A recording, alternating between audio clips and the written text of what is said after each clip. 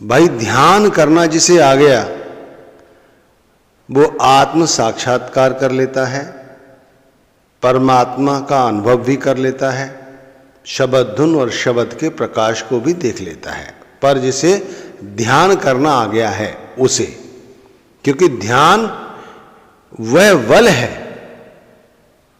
जो मन का प्रतिरोध करता है। जैसे मन कहता है देखो उधर देखो, वो तुम्हारा घर है, ध्यान में बैठे हो ना, और मन कहता है देखो उधर देखो, वो तुम्हारी बेटी है, तुम्हारी दुकान है, और तुम कहते हो नहीं मुझे उधर नहीं देखना, मेरा कोई नहीं है, और तुम ध्यान करते रहो।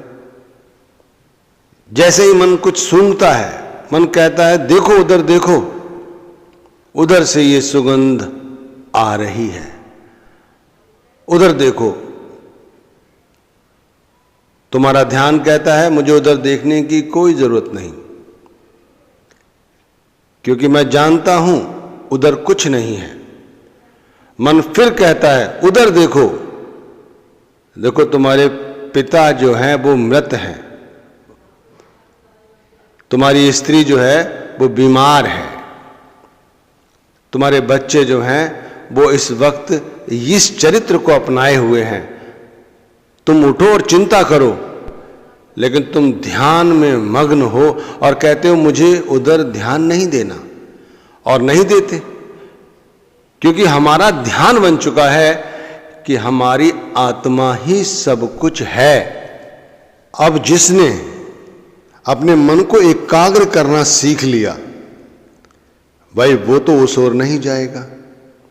अब इसे ऐसे समझ लो जैसे एक दरिया है, दरिया का पानी हिलता रहता है, उसमें पत्थर फेंको, थोड़ी देर में कई सारी तरंगे आ जाती हैं, क्या उसके अंदर आप अपना चेहरा देख सकोगे? इसी तरह ध्यान करने बैठे और अंदर एकाग्रता स्थापित नहीं हुई तो ध्यान की शक्ति कभी भी जागृत नहीं होगी, क्योंकि वो तो जब ही जागृत होगी जब अंदर सब कुछ सामान्य हो जाए, अंदर सब कुछ शांत हो जाए। और अंदर शांति के लिए ही कहते हैं कि ध्यान को एकाग्र करो और नाम को जपो, और हम गुरु का ध्यान करने लगते हैं, क्योंकि गुरु का ध्यान हमारे लिए सर्वोपरि है। और गुरु के ध्यान के साथ हमारा जो मन है, जो प्रकृति है, वो खिलवाड़ करती है, वो खेलती है। तब वो कहती है देखो उस ओर देखो, उधर तुम्हारा परिवार है, उधर तुम्हारा कारोबार है, उधर सब कुछ है, और हम उधर देखते हैं तो मन कार्य कर रहा है, ध्यान नहीं। क्योंकि जब ध्यान बनने लगेगा उधर नहीं देखोगे, उधर देखने की आवश्यकता ही नहीं है, क्योंकि इधर उधर जो कुछ दिखाई देता है वो ध्यान नहीं है। ध्यान में केवल शब्द का और आत्मा का संगम है और कुछ नहीं। ये ऐसा त्रिवेणी का संगम है जहां ईश्वर का साक्षात्कार होता है, और ये संगम शब्द, सुरत और वो धुन, उन तीनों के साथ ही इसका रूपांतर होता है।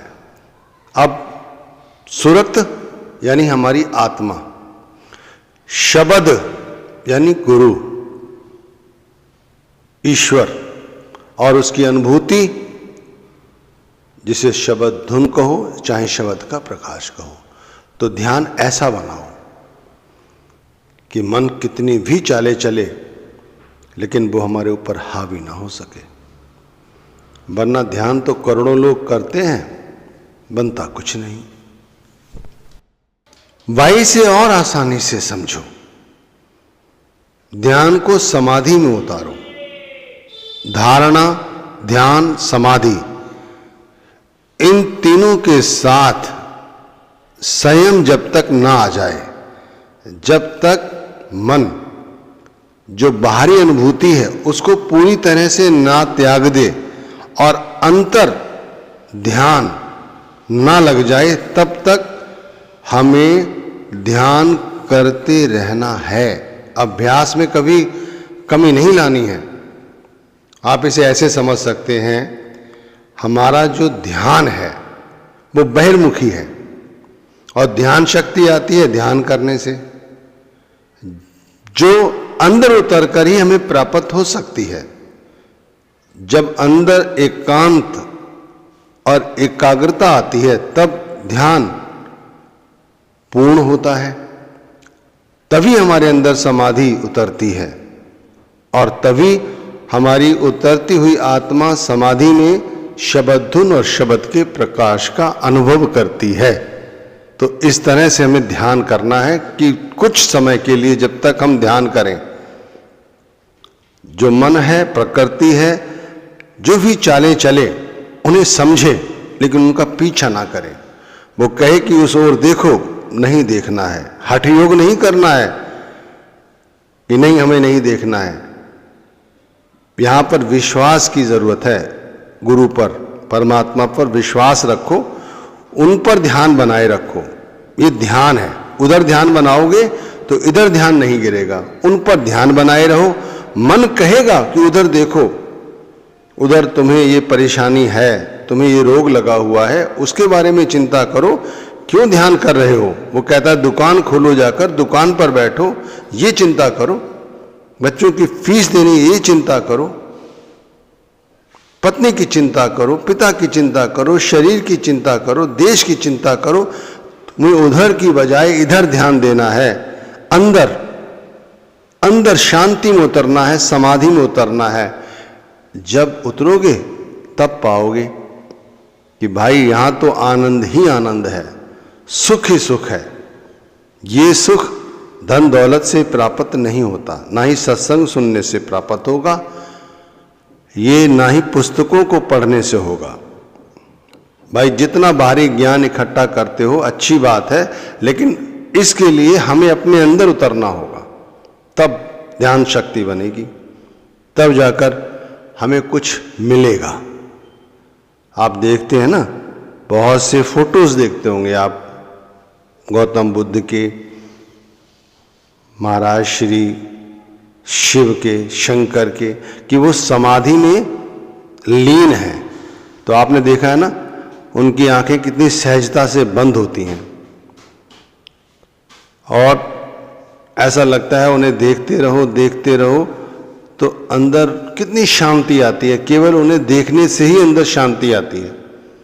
मैं ऐसा नहीं है कि उनकी आपको भक्ति करने के लिए कह रहा हूं या किसी और विश्वास की ओर ले जा रहा हूं, नहीं भाई, मैं सिर्फ आपको समझा रहा हूं कि देखो, आप इनसे अनुभव कर सकते हैं कि ऐसा लगेगा कि अभी ये बोल देंगी और हमारे अंदर की बात ये शायद समझ रही हूं। तो यही चीज है, अपने अंदर धारण करनी है कि हमें अपने अंदर इसी तरह की समाधि लगानी है